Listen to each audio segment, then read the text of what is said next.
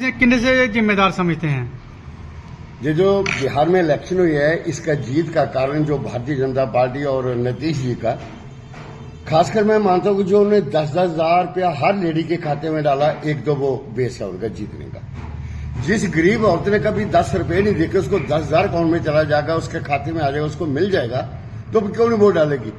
जब कोई एमएलए जीत जाता, वो किसी गरीब को देखता तक नहीं, उसके नमस्ते तक नहीं लेता, तो उन्होंने बोला हमें क्या लेना, हमें 10,000 मिल गया, यही काफी है।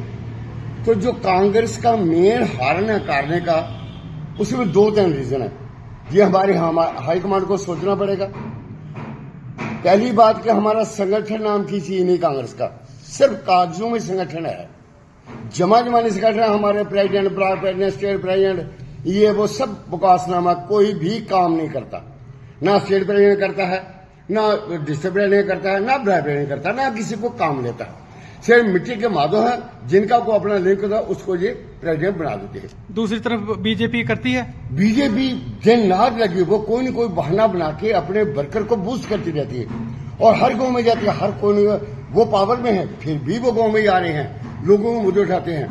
कांग्रेस एक मरा हुआ शाम सब जिलों से, मैं तो ये मानता हूं कि उनको ढंग नहीं है। मैं राहुल गांधी जी से गुजारिश करता हूं, भाई पहले आप पार्टी चलाना सीखो, अपने संगठन को मजबूत करो। जब तक आपका संगठन होगा तब तक आप नहीं जीत सकते। जो मर्जी कर लो, ऐसे बातें करने से वोट चोरी से थोड़ा जीत जाएगा।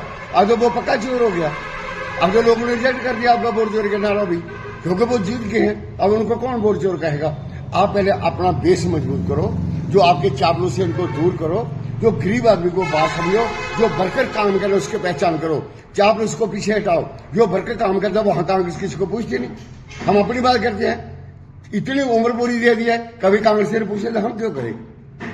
ये क्यों हारते हैं? अगर जम्मू कश्मीर हारे इसलिए हारे, और भले जैसे नेता हार सकता है, क्यों हारा है? जब किसी वर्कर के पास जाएगा नहीं, किसी को पूछा नहीं, मेरी जरूरत है वोट की, मुझे मेरी मदद करो, नहीं जाए तो कौन करेगा इसकी मदद? कहने का मतलब, दूसरी तरफ बीजेपी बहुत पैसा खरीदती है और अपनी एमएलए से जान देती है। और सबसे बड़ी बुरी बात जो है, हमारी पार्टी एन मौके भी एक दिन लेता, 2 दिन उससे टिकट अनाउंस करेगी, और वो जो लड़ने वाले टिकट हैं वो भी जाते हैं काम उसी दिन। जब हमें टिकट मिलेगी तब हम फील्ड में जाएंगे। ये कौन सा ट्रिक है? ये कौन सी सियासत है भाई? जिसे जिंदा रहना साथियों से डेढ़ लोगों को काम करना पड़ेगा, गरीब की बाजू पकड़ना पड़ेगा, उसकी कोई भी मुद्दा उठाना पड़ेगा। हमारे कांग्रेसी जाते नहीं। आपने देखा जहां जो हमारे यहां से जम्मू से इलेक्शन लड़े, किसी एक को देखा कोई किसी लोगों को प्रॉब्लम हाईलाइट करते? एक भी मुझे बताओ, एक भी कांग्रेसी मिल जाए। बिशरा से ले लो, आरसपुरा से ले लो, शेखर से ले लो, जम्मू से ले लो, ईस्ट वेस्ट से ले लो, कोई भी सड़कों में आता हो, कोई भी लोगों की बात करता हो? नहीं करते। तो फिर लोग वोट क्यों देंगे इनको? किसे लोग जिताएंगे? ये हमारी कांग्रेस की कारण हार का अपना कारण है। मैं बीजेपी को नहीं मानता, क्योंकि बीजेपी बड़ी चालाक पार्टी है। उनको हर बात आता है, उनके लीडर मंजे हुए हैं, उन्होंने मार खाई है, इनके दिमाग में अभी भी वो पावर जो पूरी उम्र काटी है ना, 30-40 साल राज किया, वो इनके दिमाग में गुस्सा है। जब तक वो नहीं निकालेंगे, एक वर्कर बन के काम नहीं करेंगे। मैं राहुल गांधी से, प्रियंका गांधी से प्रार्थना करता हूं, आप ऐसे मत करो, काम करने की क्षमता रखो। जब इलेक्शन आई, राहुल गांधी विदेशों में घूम रहा है, ये कौन सा इलेक्शन करने का तरीका है? जब हमारा प्रेसिडेंट ही, जो हमारा हेड है पार्टी का, वही विदेशों में चला जाएगा, दूसरी तो प्रधानमंत्री रैली बेरैली कर रहा है, फिर जीतेगा कौन? जो लोगों में जाएगा, लोगों में रहेगा। तो आपने पहले मिनट की, उसके बाद उसको दफा कर दिया। ऐसे थोड़ा पार्टी चलेगी।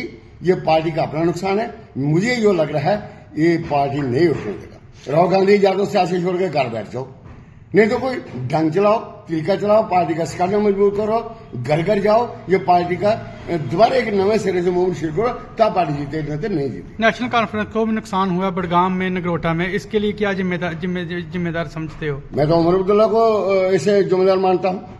नालायक सरकार है, 1 साल का वो साथ नहीं दे सकी। भाई अगर तेरे को सरकार नहीं देते, ये अपनी स्टे नहीं देते, आप आओ ना हड़ताल में, भूख हड़ताल में बैठो, धरने में बैठो, आप रिजाइन दो ना सारे एमएलए मिलके। क्या कांग्रेस के, क्या एनसी के, क्या पीडीपी के जो ऑपोजिशन में, दोनों सर उनके खिलाफ, बीजेपी के खिलाफ, उनको पता चले। अब ऐसे मांगते हो, अपना हरबा माड़ा पका रहे हो। आपकी गाड़ियां मिली है, नई गाड़ी स्कॉर्पियो मिल गई आपको तनख्वाह मिल रही है, आपके काम हो रहे हैं, अफसर आपके मार रहे हैं, तो लोगों का काम नहीं हो रहा ना। मर तो गरीब रहा, ना गरीब की आपको चिंता है, ना बीजेपी वालों को चिंता है। तो आपका हाल यही होगा और क्या होगा। जब आप लोग काम नहीं दिखाएंगे लोगों करके, लोग क्यों वोट डालेंगे, किस लिए आपको जिताएंगे। आप लोगों ने बीडीपी पे कर लिया, जम्मू में फिर बीजेपी जीत गई, आप क्या मुंह लेके जाओगे। अगर आज भी शर्म है आपको, आप घर में बैठो, हमें स्टेट दो भाई। आप स्टेट के लिए मांग रही, अभी आपने फैसला किया अपनी तनख्वाह 1.5 से 3 लाख कर ली। शर्म बड़ी दी एमएलए को, एक भी एमएलए ना बीजेपी का, ना कांग्रेस का, ना एनसी का, ना पीडीपी का बोला भाई हमें सैलरी नहीं चाहिए डबल। इन्होंने डबल कर दी। तो गरीब आदमी को, जो लेडीज औरतें सफर करती थी बस में, सरकारी बस में, जो ई बसें आई हैं, उनका किराया बंद कर दिया, क्योंकि गरीब के घर पैसा जाता है, 2-4 रुपए 10 रुपए चले जाएंगे, हमें लॉस हो रहा है।